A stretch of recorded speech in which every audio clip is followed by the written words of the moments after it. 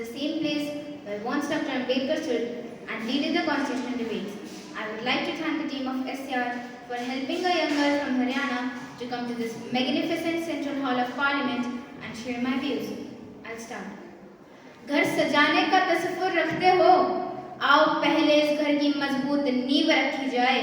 Greetings, ladies and gentlemen, and we have come a long way as a civilization. From Rigved and Samved to the longest written constitution of the world, from building Pushpak Vimans 4,000 years ago to building Miraj and Tejas today, from worshipping Moon and Mars to today going to Moon and Mars to Chandrayaan and Mangalyaan, we have come a long way as a civilization. Today, when I look at this topic, I see three aspects. What is a sustainable future for me? What is the role of youth?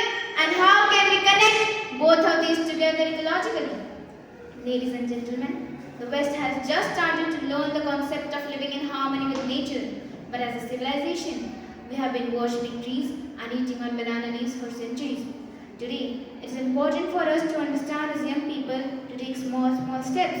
And when as a civilization, we understand the concept that nature has enough for your needs, but not for your greeds, will lead to an ecologically sustained nation. And when we have the resources, will lead towards a sustainable society. Today, we need to build a society that is sustainable and inclusive. It should include the doctors, it should include the soldiers, as well as the sweepers who clean this nation. Today, as we have surpassed China in terms of population, it becomes inevitable that we make educational and health infrastructure to sustain that population. Today, I would like to ask the youth of this nation, in order to become socially sustainable, why as young people who should only dream of becoming an IAS officers, doctors and engineers in this nation of Mahatma Gandhi and vocational education? In order to become socially sustainable, we need to increase and enforce our employment avenues. And when through skill development and entrepreneurship, the youth of our nation become job givers rather than job seekers, will lead towards a sustainable economy. Today is the time that we focus on equitable distribution of income, green GDP, sustainable development. And I believe that when the youth of our nation, rather than feeling proud about Sundar Pichai being the CEO of Google and Satyaradala leading the other, will build our own Google, our own Facebook in this nation, that day will become technologically sustainable. But all these three avenues are incomplete without a political structure. That's unsustainable. And that is why I believe that along with the National Youth Parliament, we also need to have youth in the Parliament to provide educational avenues and even innovative policies for our youth.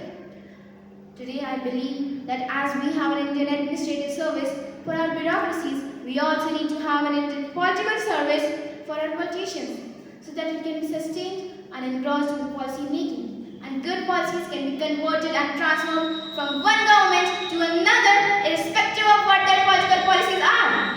But, and I say this but in capital letters, ladies and gentlemen, irrespective of what society, culture, ecology we have, if the youth of our nation does not have the educational wisdom to use this potential, we cannot lead to a sustainable future. Today, I live in a nation, unfortunately, ladies and gentlemen, where it's been 77 years since the white man has left, but we are still living in the inferiority complexion, using fairness screens to whiten our skin, whiten our culture, whiten our education, whiten our center of life. In this era of globalization, we need to understand as young people that I can wear an American shirt, and a polished belt, and a German watch. But my identity, which is going to be decided by the educational structure I've been a part of, has to stay Indian, ladies and gentlemen. And by inculcating all these avenues, we'll have a nation that has educated individuals. But that has to be added with another important point, and that is mental health should become an important part of curriculum. Dear politicians and respected speaker, today in this era of social media, where we feel more connected than ever, we have become most isolated. That 30-gram brain of yours has far more debilitating power than any other nuclear weapon around the world. And that is why mental health should become an important part of curriculum. And when we take care of all these avenues, we'll have a nation that is socially sustainable, economically sustainable, politically sustainable, and has the youth who have the educational wisdom and mental health ability to lead this nation towards a sustainable future. And why do we need to care about this planet so? Because 40 years ago, Carl Sagan pointed out to a pale blue dot in the